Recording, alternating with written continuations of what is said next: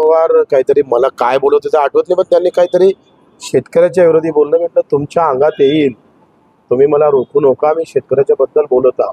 ते बोलले आणि मला आता समजलं की ते मतदारसंघात त्याच्या शेतकऱ्यापर्यंत खूप घुमलं, त्याच्या अंगलट आलं. हे चांगली गोष्ट आहे.